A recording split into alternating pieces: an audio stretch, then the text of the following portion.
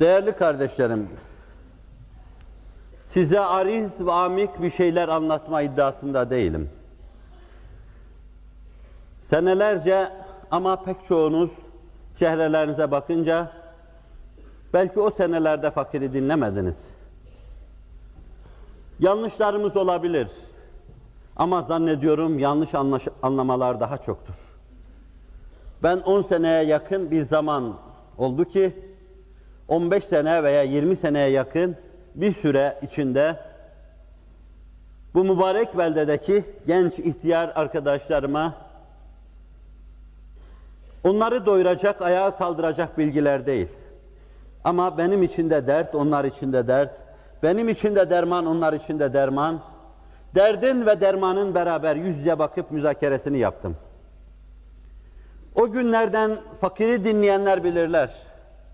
Bu kürsüde de, burada da ahu efkanımı, hicranımı dile getirmiş, burada da ümmeti Muhammed'in dertleri için gözyaşı dökmüş, Manisa'da da aynı şey yapmış, Bornova'da da aynı şey yapmış, ben kendi günahlarımı ağlamış, kendi gafletimi ağlamış, kendi delaletim karşısında iki büklüm olmuş, içim burkulmuştur. Halime bakanlar, o günün insanları, onlar da neye ağlamış, neye ahu efkan etmişlerdir bilemem. Bu bilenler bilirler. Bilenler kendi aralarında konuşmuş, bilmeyenlere de bildirmişlerdir. Uzun boylu, derin, tefelsüf yapıp, milletin kalbine, kafasına öyle akli, mantıki şeyler koyacak halim yoktur. O iktidarda, o güçte de değilim. Ama bir şeyim vardır. Allah'ın nimeti sayarım onu. Her zaman sizin içinizde bulunmayı arzu ettim.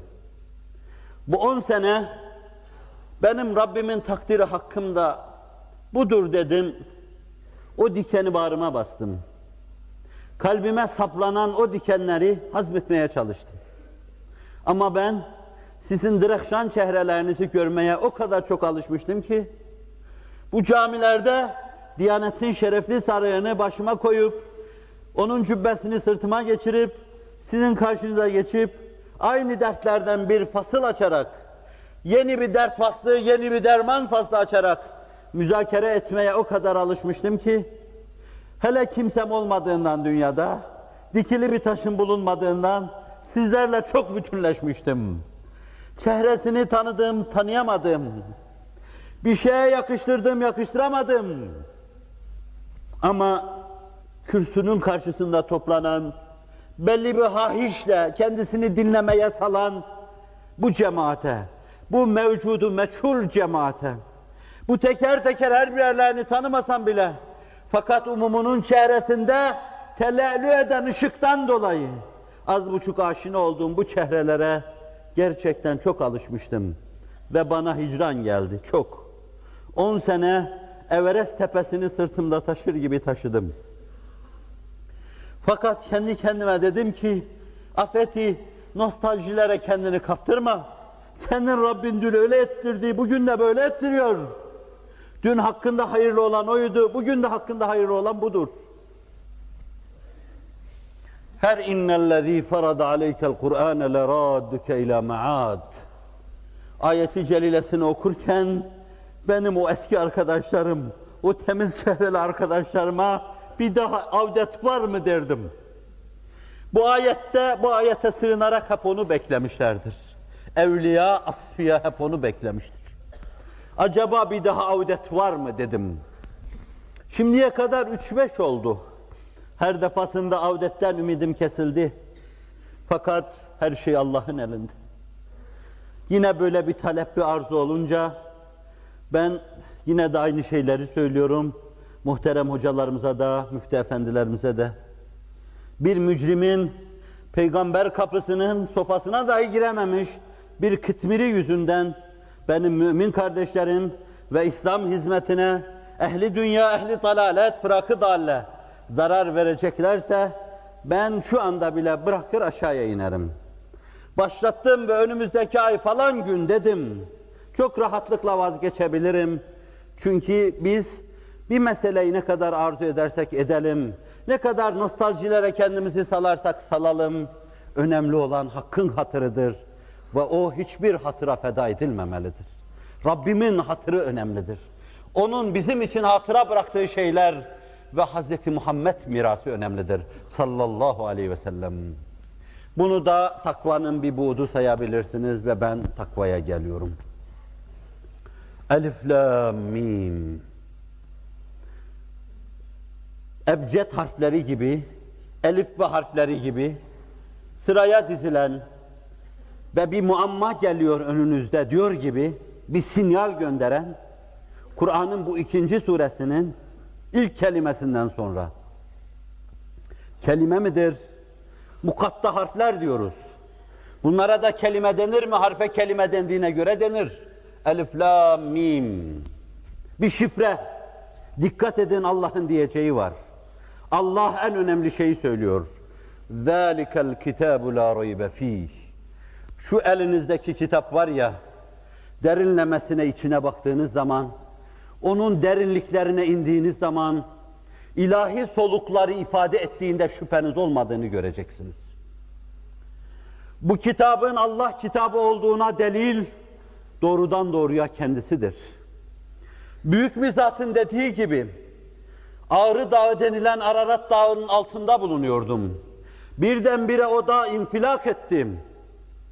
Dünyanın dört bir yanına ateşten parçalar savurdu. Baktım muhterem validem yanımda duruyor. Dedim ana korkma, Allah'ın emridir. Anladım ki müthiş bir sarsıntı olacak. Kur'an'ın etrafındaki surlar yıkılacak. Ama Kur'an kendi kendini müdafaa edecek. İş bana kaldı diyecek. Yeni hakikatler, yeni nurlar doğuracak. Diller susacak. Gönüller ters istikamete dönecek. Çok yerde mihraplar değişecek. Çok yerde minberler alt üst olacak. Ama ayakta kalan tek şey Kur'an olacak. Sesi kesilmeyen kitap, kolu kanadı kırılmayan kitap, ezelden geldiği gibi la yazala kadar namzet olan kitap. Aradan 14 asır geçmiş olmasına rağmen, hele ona 9 asır sahip çıkmış, şu Türk toplumunun haline bakınca hayranlık duymamak mümkün değil. Tarihi dahil onu hiçbir zamanda derinliğiyle anlamadı. Ama şunu da söyleyeyim, o Kur'an öyle bir anladı ki, muhtevası itibariyle, ihtiva ettiği hakikatler itibariyle öyle bir anladı ki, sahabi asrını istisna edecek olursak, tarihte onun kadar Kur'an'a sahip çıkan, onun bayraktarlığını yapan ikinci bir millet göstermek de mümkün değildir. Yaptığım şey ırkçılık değil. Kaba bir ırkçılık, ham bir ırkçılık değil. Allah'ın bu millete gördürdüğü vazife ve fonksiyonu eda etmek de bir nimettir ve tahdisi nimettir. Neden öyle? Çünkü o imana ve Kur'an'a kale oldu. Sağdan soldan bütün gelip toslamalara göğsünü gerdi. Bir dönemden itibaren alırsak 9-10 asır, bir ayrı dönemden itibaren alırsak bugüne kadar 6 asırdan beri Kur'an kitabımdır diye ona sahip çıktı. Yer yer ellerini gevşetmedi, olmadı diyemeyiz, oldu. Oldu ama şu anda da o millet yine yeryüzünde ümit kaynağı, reca kaynağı, Kur'an'a el uzatacağı, sahip çıkacağı, kitabım diyeceği, bağrına basacağı, ırktaşı, soydaşı dünyaya, o dünyanın başındaki gaileler, karanlık bulutlar çözülürken, onlara el uzatacak yine tek toplum bu toplumdur Allah'ın inayet ve keremiyle. Batıl sistemler dünyanın dört bir yanında çözülüyor. Komünizma istibdadı dağılıyor.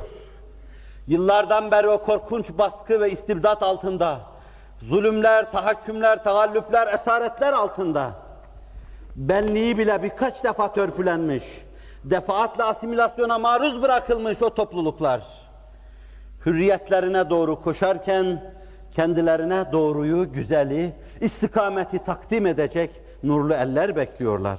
Bu eller sizin elleriniz olacaktır. Bir zaman sizin adınız duyuluyordu.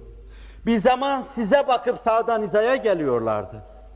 Bir zaman sizin düşünce ve duygu dünyanızı orada sahipleniyor. Her şeylerini onunla yapıyorlardı. Ve şimdi de gidip gelen arkadaşlarımızın size sundukları mesaj, Kur'an elifbesi bekliyorlar. Siz meselenin fakültelerine ulaştınız, her planda. Onlar henüz elifbeyi heceliyorlar. Müslümanlık adına da, hürriyet adına da, istiklal adına da elifbeyi heceliyorlar.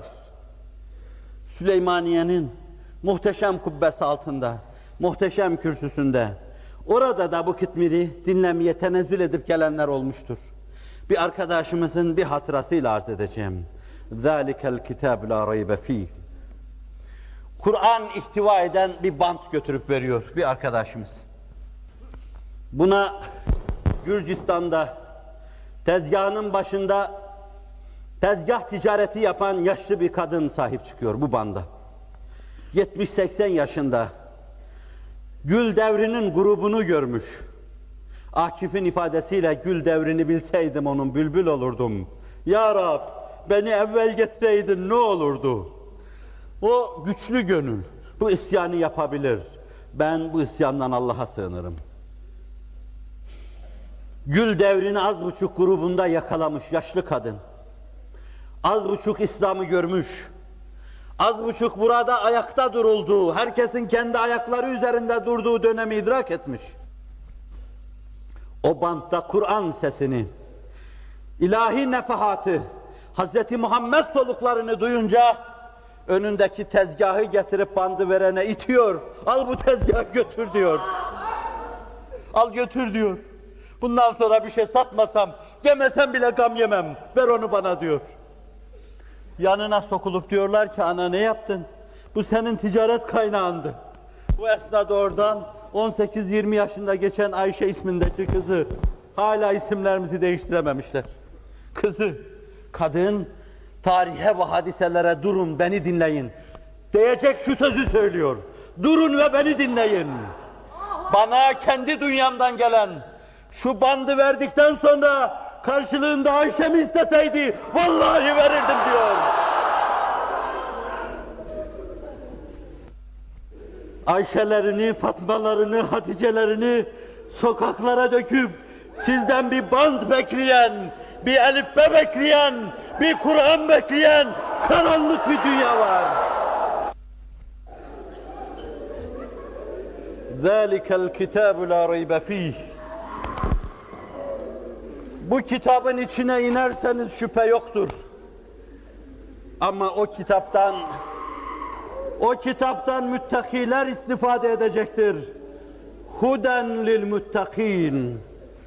O kitap şartlanmamış olan insanların yolunu aydınlatır. O kitap ışık kaynağıdır ama ona şartlı bakanlar ondan istifade edemezler.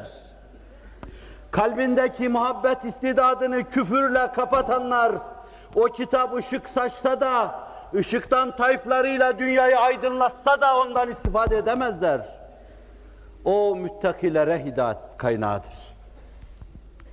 Yani Allah'ın himayesine girenlere, Allah'ın vikayesine girenlere, ayat-ı tekviniyede Allah'ın kanunlarından istifade edenlere, Allah'a karşı saygılı olanlara, karşı haşyetle ürperenlere, Allah karşısında iki büklüm olan, sen Allah'ım sen hidayet etmeseydin hidayeti bulamazdık. Sen doğru yolu göstermeseydin oraya eremezdik. Sen Hz. Muhammed'i göndermeseydin, bahsetmeseydin hakikate uyanamazdık. Gördüklerimizi göremez, kendi dalaletlerimiz içinde boğulur giderdik.